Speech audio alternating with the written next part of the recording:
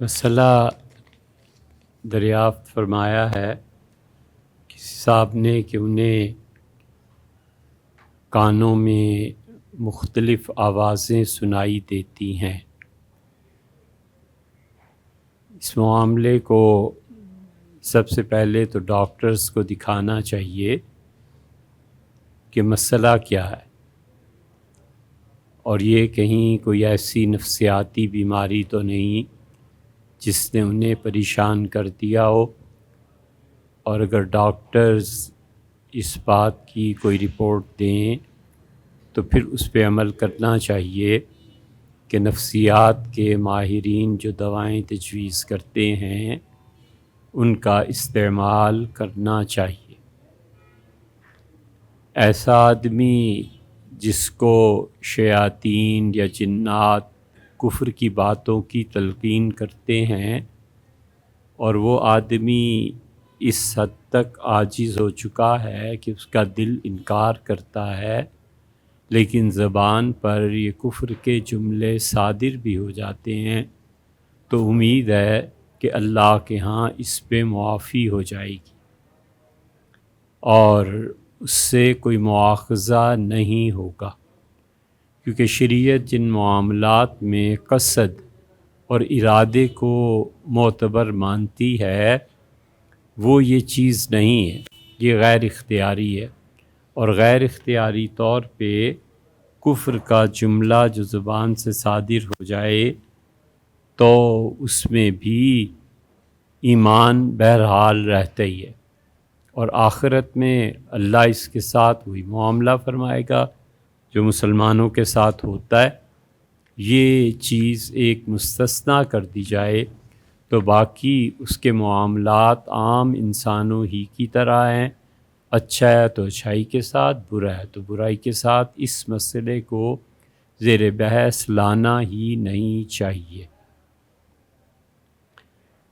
اصول یہ ہے کہ کبھی کسی چیز کا غلبہ حال ہو جاتا ہے، اور حالت کے غلبے میں آدمی معذور کہلاتا ہے۔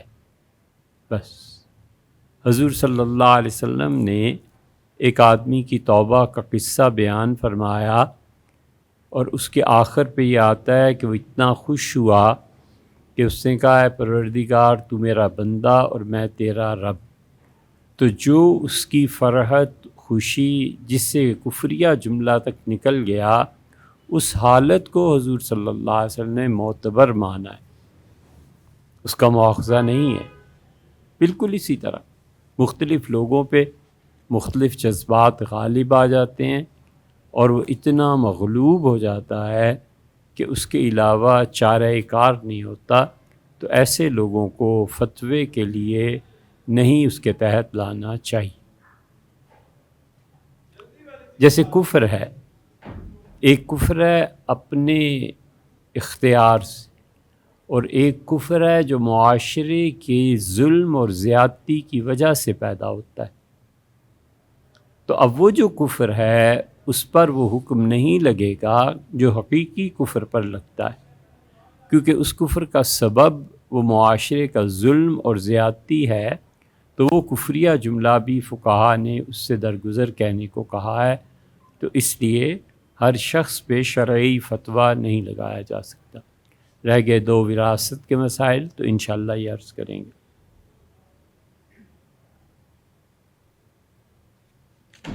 یہ تو پڑھنا دشوار ہے، آئندہ سے انشاءاللہ ہیں،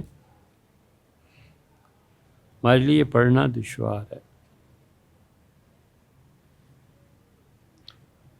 خلا کے متعلق آپ نے دریافت فرمایا ہے، تو خلا جو عدالت سے لیا جاتا ہے اور جو نکاح توڑا جاتا ہے اس میں فرق ہے۔ سوال میں دو معاملات آپ نے رکھے ہیں کہ عدالت سے خلا لے لیا جائے اور عدالت نکاح کو باطل قرار دے، یہ دو چیزیں الگ ہیں۔ ہمیشہ یاد رکھنا چاہیے کہ شریعت خلا کے متعلق جو کچھ کہتی ہے وہ الگ ہے، لیکن خلا سے یہ لازم نہیں آتا کہ نکاح بھی ٹوٹ جائے۔ لوگ ان کو مکس اپ کر دیتے ہیں جس کو عدالت خلا کا سرٹیفکیٹ دے دیتی ہے وہ دوسری شادی کے لیے راضی ہو جاتے ہیں یا کر لیتے ہیں، یہ بات درست نہیں ہے۔ اس لیے ہمارے ہاں جو رائج ہے اس میں تفصیل یہ ہے کہ اگر بیوی نے عدالت میں درخواست خلا کی بنیاد پہ دی ہو اور چاہے عدالت نے خلا کی بنیاد پر فیصلہ بھی کر دیا ہو، جب تک شوہر طلاق نہیں دے گا طلاق واقع نہیں ہوگی۔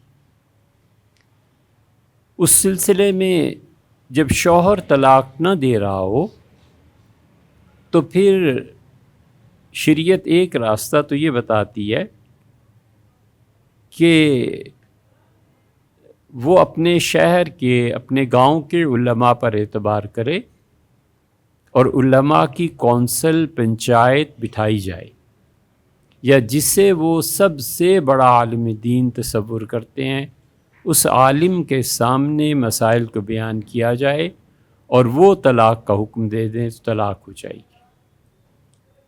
تو ایک بات تو یہ ہوئی کہ محض عدالت کے حکم سے خلا نکاح کو نہیں توڑتا۔ دوسری بات یہ ہوئی کہ شوہر طلاق دے گا تو نکاح ٹوٹے گا۔ تیسری بات یہ ہوئی کہ اپنے زمانے کے سب سے اچھے عالم دین کے پاس اپنا مسئلہ پیش کرے، وہ اگر نکاح کے توڑنے کا فرمائے تو ہو جائے گا۔ چوتھی بات یہ ہوئی کہ علماء کی پنچایت اور کونسل بیٹھے اور اس خاتون کے متعلق سنے کہ وہ کیا کہتی ہیں، پھر ان شکایات پہ فیصلہ ہو جائے گا۔ اور نکاح کا اگر کوئی ایسا ہی، اس سے اگلی بات ہے کہ نکاح کے توڑنے کا کوئی سبب ایسا پایا جائے جو ہے تو پھر نکاح ٹوٹے گا، اور اگر وہ نہ ہو تو عدالت کا خلا بھی شرعاً معتبر نہیں ہے، اور شرعاً نکاح بھی ختم نہیں ہوتا اور عورت اپنے شوہر کے نکاح میں رہے گی۔ اس لیے عدالت کا فسخ وہ اس وقت ہو سکتا ہے جب نکاح ختم کرنے کے لیے جو اسباب ہیں وہ گواہوں کے ذریعے ثابت ہو جائیں، اور نکاح کے توڑنے کے 8 اصول ہیں، یہ اگر عورت کو ان بنیادوں پر شکایت کا حق بھی ہے، اگر وہ کرے گی تو پھر نکاح ٹوٹ جائے گا۔ مثلاً خاوند جو ہے یہ پہلا سبب ہے کہ وہ خلا کے لیے کیوں کہے۔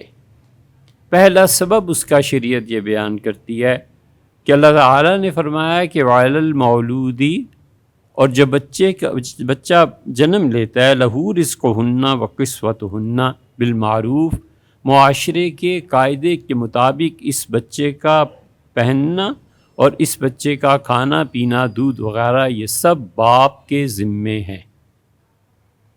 باپ اپنا کھانے پینے کو دیتا ہے، نہ کپڑے گہنے کو دیتا ہے، ان چیزوں کو، تو اس عورت کو حق ہے کہ وہ اپنا نکاح توڑوانے کے لیے عدالت میں یا علماء کے سامنے اپنی درخواست پیش کرے۔ پھر اللہ تعالیٰ یہ بھی فرماتا ہے کہ اسکنوہن من حیث سکنتم، اور اپنی بیویوں کو وہیں رکھو جہاں تم خود رہتے ہو۔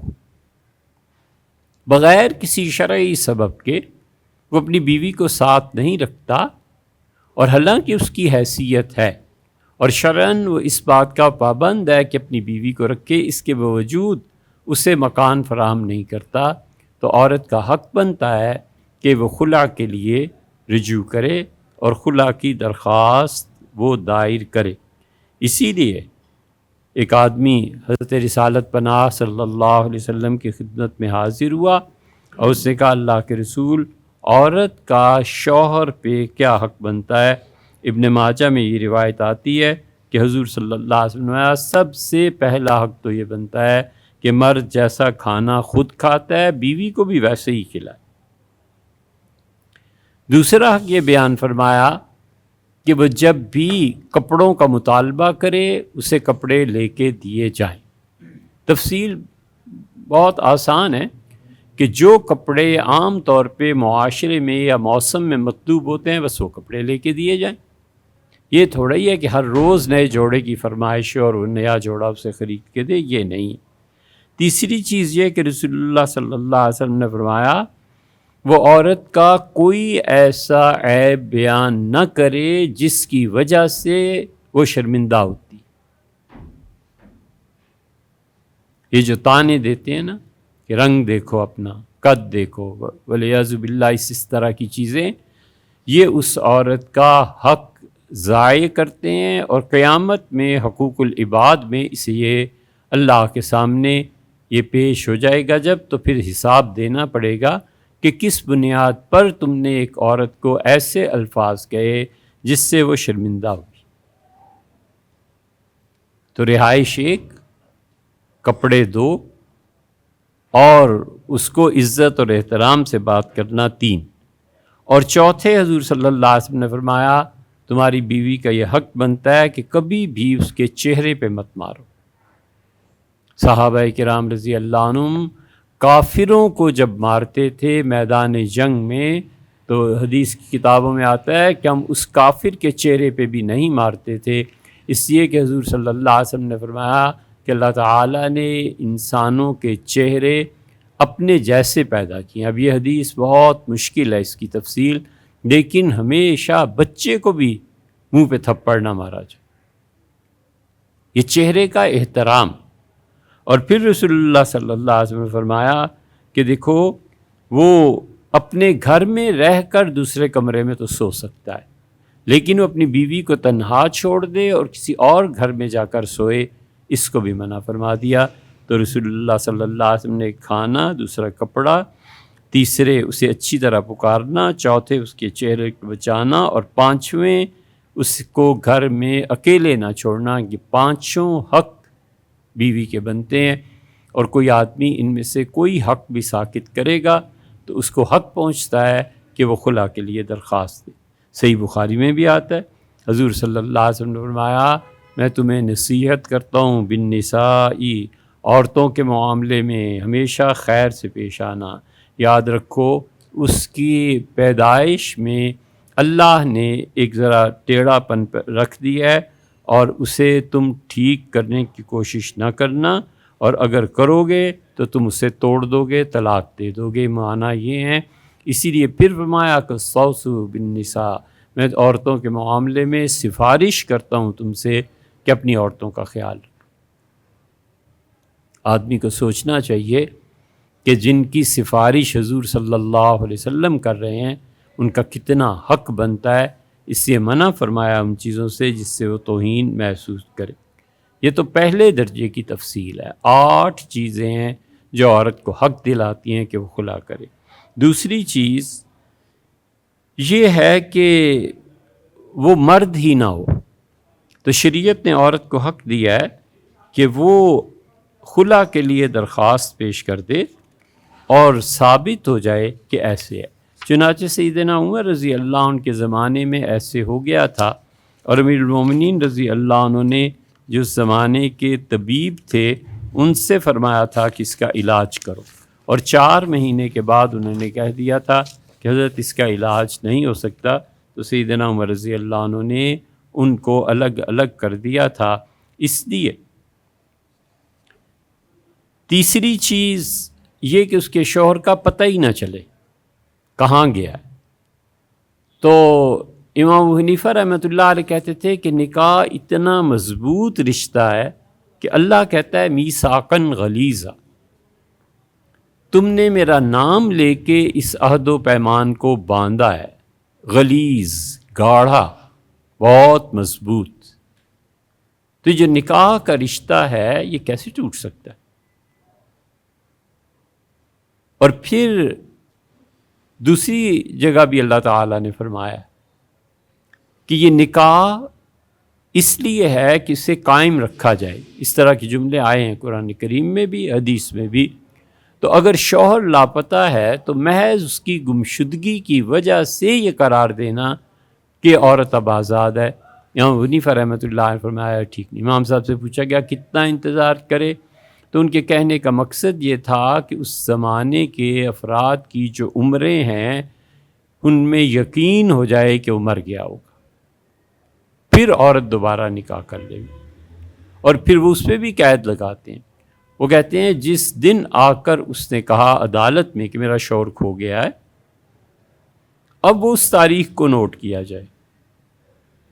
پھر دیکھا جائے ہمارے زمانے میں لوگ 80 سال تک جیتے ہیں، 60 سال تک جیتے ہیں، اب وہاں سے پھر شروع کرو، تو وہ تو پھر نہ توڑنے والی باتیں ہیں. اسی اللہ کہتا ہے کہ میثاقاً غلیظا، ہم نے بہت پختہ عہد تمہارا یہ باندھا ہے. سیدنا عمر رضی اللہ عنہ کا ایک فیصلہ ایسا کرنا پڑ گیا تھا، تو امیر المومنین رضی اللہ عنہ نے 4 سال فرمایا تھا جب قاضی کی عدالت میں آئے گا، اس کے بعد 4 سال انتظار کرو اور حکومت اپنی حد تک یہ شہرت کرے کہ فلاں آدمی کی تلاش ہے.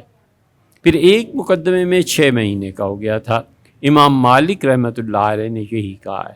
تو اس لیے اب ہمارے مفتی حضرات بہت سے یہ فتویٰ دیتے ہیں کہ 6 ماہ، اور پھر اس کے بعد وہ کہتے ہیں کہ عدت ہوگی، اور اس کے بعد کوئی مفقود الخبر ہو گیا، اس کا کچھ پتہ ہی نہیں چلا یہ کہاں ہے اور کہاں نہیں. چوتھا، خاتون کا حق بنتا ہے کہ اس کا شوہر اس کی پٹائی کرے، ایسی پٹائی جس سے جسم میں داغ پڑ جاتے. اسی لیے رسول اللہ صلی اللہ علیہ وسلم نے جب قرآن کی آیت نازل ہوئی کہ تمہاری بیوی اگر تمہاری اطاعت نہیں کرتی تو فضربوہن، انہیں مارو، تو نبی کریم صلی اللہ علیہ وسلم نے فرمایا مجھ سے سیکھو اور مجھ سے سیکھو، اور میں تمہیں تعلیم دیتا ہوں کہ بیوی کو کیسے مارنا ہے. اور پھر رسول اللہ صلی اللہ علیہ وسلم دیکھو کبھی اس کے چہرے پہ نہ مارنا، اور کبھی اس کے جسم پہ ایسی ضرب نہ لگانا، ہاتھ پاؤں پہ بھی، کہ اس کی سہیلیاں پوچھیں کہ تمہیں کیا ہوا ہے اور وہ بیچاری جھوٹ بولے اور شرمندگی ہو جائے. اور پھر رسول اللہ صلی اللہ علیہ وسلم ایسی ضرب نہیں ہے جس سے جسم پہ داغ پڑ جائے. یہاں پہنچ کے یہ سوال پیدا ہوتا ہے کہ پھر ماری کیا ہوئی؟ تو ظاہر ہے کہ وہ کوئی جانور تھوڑا ہی ہے، وہ انسان ہے. اس لیے حضور اقدس صلی اللہ علیہ وسلم نے مسواک لی اور آپ نے فرمایا ایسے ایسے، یعنی تھوڑی بہت اسے تنبیہ کر دینی، اور وہ بھی اس وقت جب بہت بڑی کوئی چیز ہو جائے، ورنہ بالکل ایسی چیز نہیں ہے. اس لیے اگر کوئی ظالم ایسے کرے گا تو پھر اس کے ساتھ یہ کیا جائے گا. اسی لیے وہ کہتے ہیں فقہا ہمارے کہ جب تک یہ ثابت نہ ہو جائے کہ اس کو تھوڑی سی سزا ملنی چاہیے تھی، تب تک ایسی چیز نہیں کرنی چاہیے. 5ویں چیز فقہا فرماتے ہیں کہ پاگل ہو جائے تو اس کا نکاح توڑا جائے گا، اس خلا کو قبول کیا جائے گا. 6ٹھی چیز وہ کہتے ہیں کہ غائب ہو جائے شوہر، مفقود نہ ہو. مفقود تو یہ ہے نا کہ پتہ ہی نہ چلے کہاں گیا، غائب ہو گیا. اب وہ غائب ہو گیا، گھر سے بھاگ گیا، دبئی چلا گیا، پھر وہاں سے فون کیا اس نے کہ میں یہاں ہوں، یہ غائب ہو گیا. بیوی اس کی کہتی ہے کہ 6 مہینے سے پتہ ہی نہیں چل رہا کہاں مفقود ہو گیا، اچانک فون آ گیا کہ میں ہوں یہاں پہ. اس عورت کا حق بنتا ہے کہ ایک طویل مدت تک شوہر جب غائب رہے گھر سے تو وہ خلا کی درخواست دے سکتی ہے. اسی لیے حنفی فقہا نے اس کو بہت زیادہ تسلیم بھی کیا ہے اور اس پہ فتویٰ بھی دیا ہے. ابن قدامہ حنبلی رحمۃ اللہ علیہ نے بھی مدینہ منورہ کے لوگوں کے متعلق بیان کیا ہے کہ وہاں بھی یہی ہوتا تھا، یعنی شوہر غائب ہو جاتا تھا تو عورتیں خلا لے لیا کرتی تھیں. 7ویں چیز یہ ہے کہ وہ جسمانی طور پر کوئی ایسا عیب اس کو لگ جائے کہ اس سے بیوی کو تکلیف پہنچتی ہے. مثلا اس کے منہ سے بو آئے شوہر کے اور بیوی اسے برداشت نہ کر سکتی. شوہر میں جسمانی طور پر کوئی ایسا عیب پیدا ہو جائے جس کی وجہ سے بیوی کو گھن آنے لگے، آسان لفظوں وہ اسے برداشت نہیں کر سکتی. ہر آدمی کا اپنا اپنا معیار ہوتا ہے، ہر آدمی کی اپنی اپنی سطح ہوتی ہے زندگی کو بسر کرنے کی اور چیزوں کو برداشت کرنے کی. تو اس لیے شریعت نے عورت کو یہ حق دیا ہے کہ اگر وہ اس طرح کی کسی چیز میں مبتلا ہو جائے تو اسے خلا حاصل کرنے کا حق ہے.